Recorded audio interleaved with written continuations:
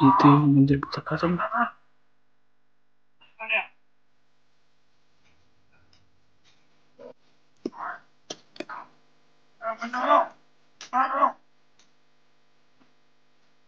So, kaya ang bihag dinagay ni Putakal. Yan tol, no? Isang po palang apot sa yung lahat. Dito pa rin tayo sa bundok ngayon tol. At kasama pa rin natin si Brad Pidot. Hindi natin alam tol na si Brad DJ kung saan na siya ngayon. Kailangan namin siya na makita talaga dahil wala na talaga siyang upload tol. Nag-alala na rin kami sa kanya. Ito na area tol, sinusundan pa rin namin yung iyak ng bata at sa sigaw ng asawa ni Bradley.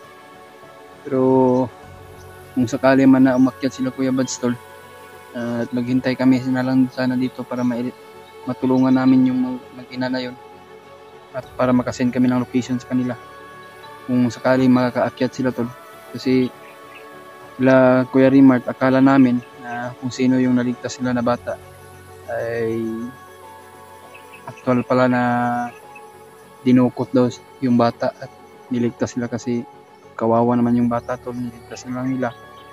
Kaya nakita namin sa video, kinontak namin sila tol, so hindi naman makontak si Kuya Rimart, si Brad Julio. Kaya kami patuloy pa rin kami sa paghahanap tol sa mga kasamahan namin. Kaya pagdasal mo kami tol, kung ano man ang mangyari sa amin, hindi natin alam tol kung walang araw o ganito, kung sino man po yung na mahuhuli. Kasi parang kami na lang dalawa dito na iwan sa bundok tol. Hindi namin alam kung sila Kuya Rimart kung bababa ba sila yun. Kaya niligtas nila yung bata dahil kung hindi nila may baba yun ay mapiki din sila, mahirapan din sila tol. Kaya maghantay lang kami tol dito sa bundok na ito. At kung sakali man na aakyat sila Kuya Buds, hihintay lang namin dito sa tol. Kaya pag-share lang po sa ating video tol kung ano man po yung oras mapanood nyo ito. Kasama pa rin natin si Pidot. At inaalala ko lang tol si EJ talaga. Kaya yun, napaiyak ko talaga ako kahapon tol. Dahil natatandaan ko talaga yung pangyayari tol ba, dahil nabalitaan ko na anak ni Brad. Pero hindi tayo sigurado tol kung anak ba yun ni Brad yung pinakain sa ahas. Kaya naisip ko talaga tol na parang nasaktan din ako tol ba, na ganun talaga yung ginawa niya. Ganun talaga ginawa ni Bagnot sa aking anak at asawa. Pinatay nga sa harapan ko. Kaya nasasaktan din ako tol pag may nagsasabi na anak ko may bata na pinakain sa ahas. Nasasaktan din ako tol. Parang anak ko na yun na iniisip ko talaga tol. Kumbaga nasasaktan talaga ako. Hindi ko akalain tol kung bakit pa ako na ang tagal naman yun, pero naisip na parang na iba yung parang na ko talaga tol, parang na-realize ko talaga na parang anak ko na yung ginanya nila. Kaya hindi ako nakapagpigil sa pag-iyak kahapon. Yung naging emotional tayo. Kahit nandito tayo sa bundok tol, sana po ay pagdasal mo kami kung ano man po yung oras mo panood nyo itong video. Sana po na ma-share po nyo ito. Napakalaking tulong talaga sa amin tol na ipagdasal kami sa bawat mission namin. Kaya yan tol, mega love shoutout sa inyong lahat at isang magpapalang hapon sa inyong lahat tol. At shoutout pala kay Mami Bibs Maria Teresa Bayugos, at lalo na yun kay Tita Hilma. Shoutout sa Tita Hilma, ingat-ingat lang po kayo sa mga work nyo, lalo na po kay Ate Milani. Shoutout po sa Ate Milani at kay Ate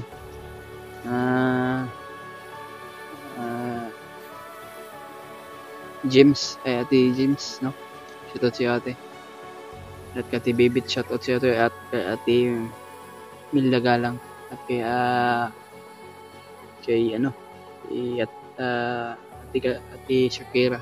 Ito si Ate Shakira at kay Ate Maripi at kay Ate Amor at kay Marilyn Maor. Ito si Ate at kay Kuya Jigo. Kay Ate Victoria at kay Ate Rosie, shoutout sa iyo ate. At ingat lang po kayo sa mga work nyo kung saan man kayo nagtatrabaho, ingat lang po kayo, lalo na po yung mga OFW natin dyan sa Luzon, Visayas at Mindanao o mga silent viewers natin dyan. Ingat lang po kayo tol sa mga lakad nyo kung saan man kayo nagbabiyahe. Ingat lang po kayo sa mga trabaho nyo. At maraming salamat po talaga sa walang sawang pagsuporta tol, lalo na yung mga solid natin taga-subaybay at solid natin supporters at mga silent viewers natin dyan. Mega love shoutout sa inyong lahat. At sana hindi kayo magsawang magpanood na ating video tol sa ating mga bagong upload, lalo na po yung sa pag-share sa ating video. Kaya patuloy pa rin kami tol. Sana matagpuan namin si EJ at si Kuya Remark at si Labradolio. Pero hindi pa namin alam tol kung kailan sila ka-akit sa Kuya Bads at si Bradley at si Steve.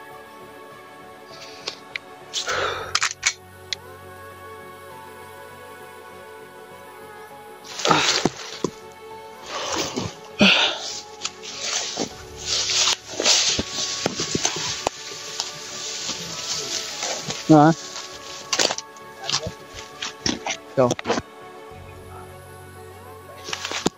ayun tol, abutan kami sa ilan na ito at patuloy pa rin kami tol sa aming paglalakbay. Pero ito na area na ito tol, at kagabi pa kami na sumusunod na iyak ng bata at iyak ng babae, pero hindi namin sigurado tol kung asawa ba yun ni Bradley o anak ba yun niya. Kaya sinundan lang namin para hindi kami mapalayo.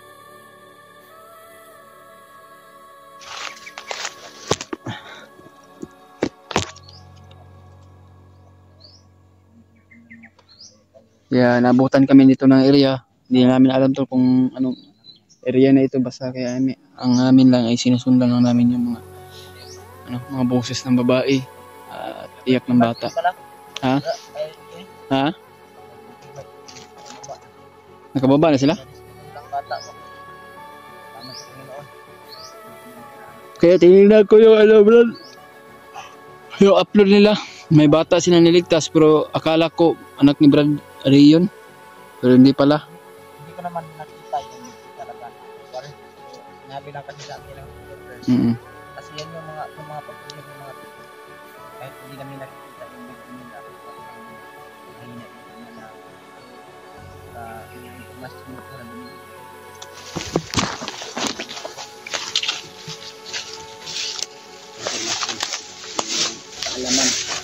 Para malaman din namin.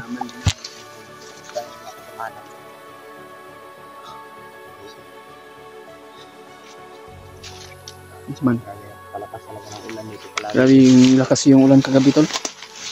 Kaya nakapag-pihis ako din ako ng ano lang pain po ba? Yung dahon ba? So, tuloy pa rin tayo.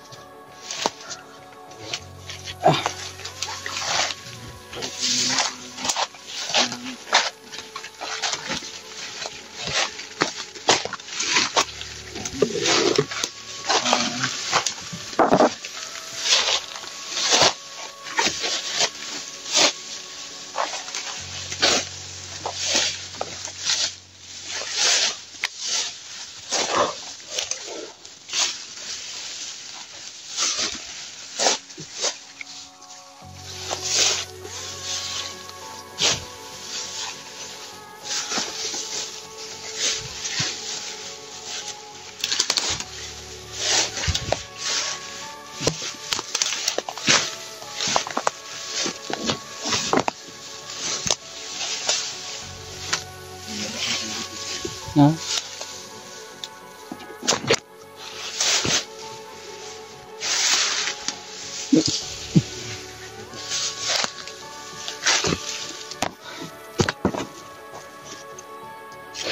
tayo patungo.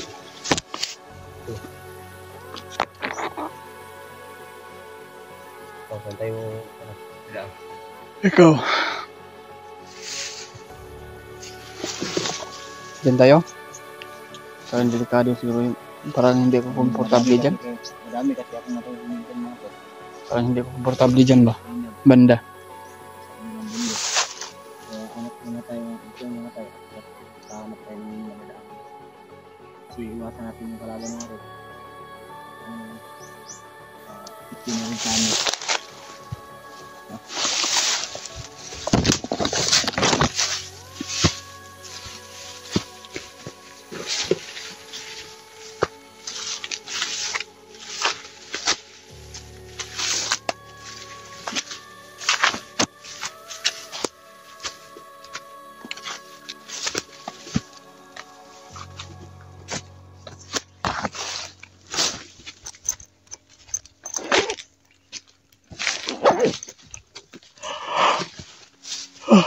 Diyos ko Lord.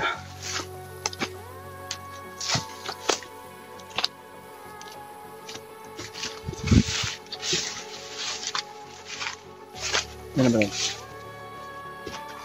Ha? May tao? Inagigay yun.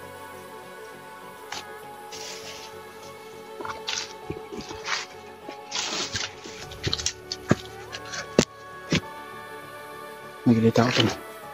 Ilang tao.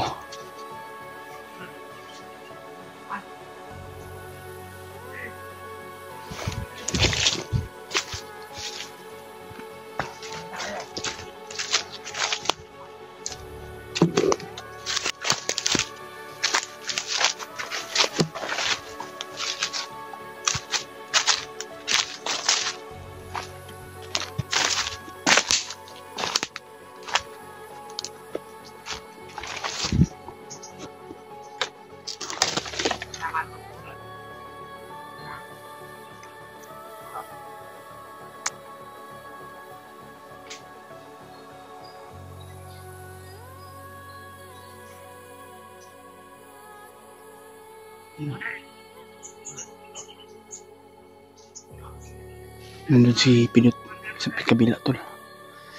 Kaya nagkahiwalay muna kami dito sa para hindi kami mahalata.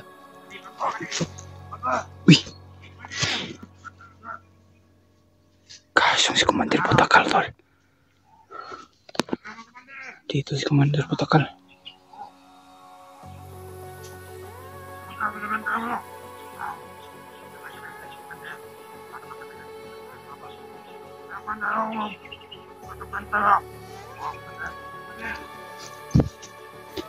Commander Putakal.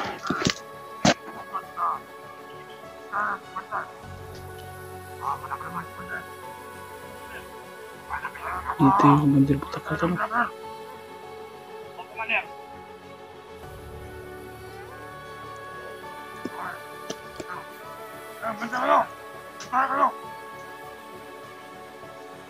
Saan kaya ang bihag nilagay ni Putakal?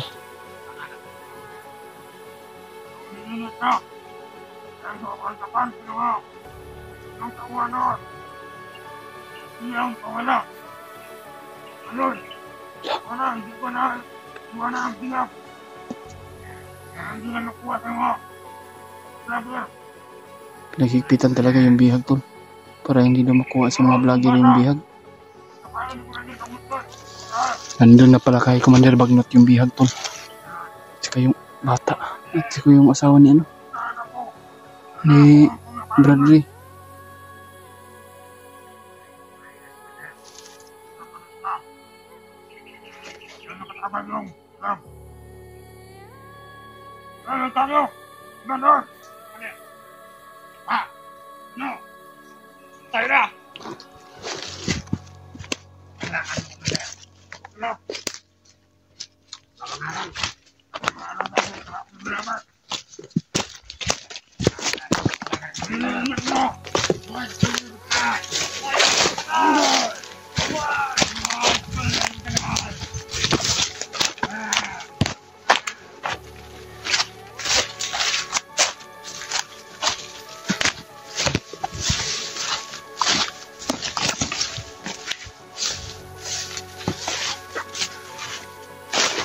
Nalibutakal. Ay. Nalibutakal. Ang si Bagnot daw. Narinig mo yung pinag-uusapan?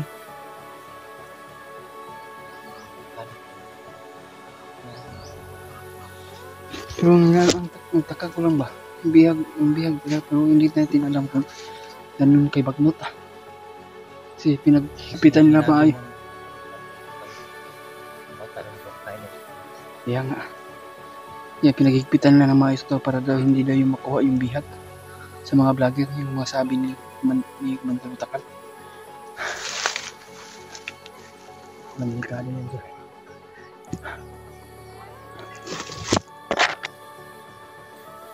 Ha?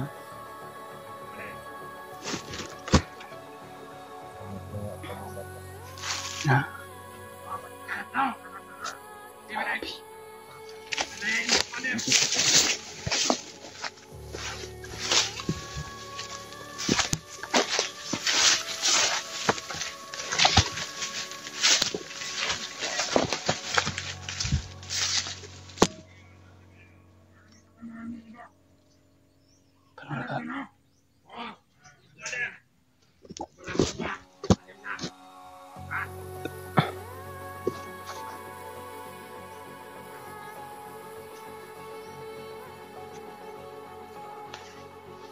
Hindi na magdasal mo kami tol.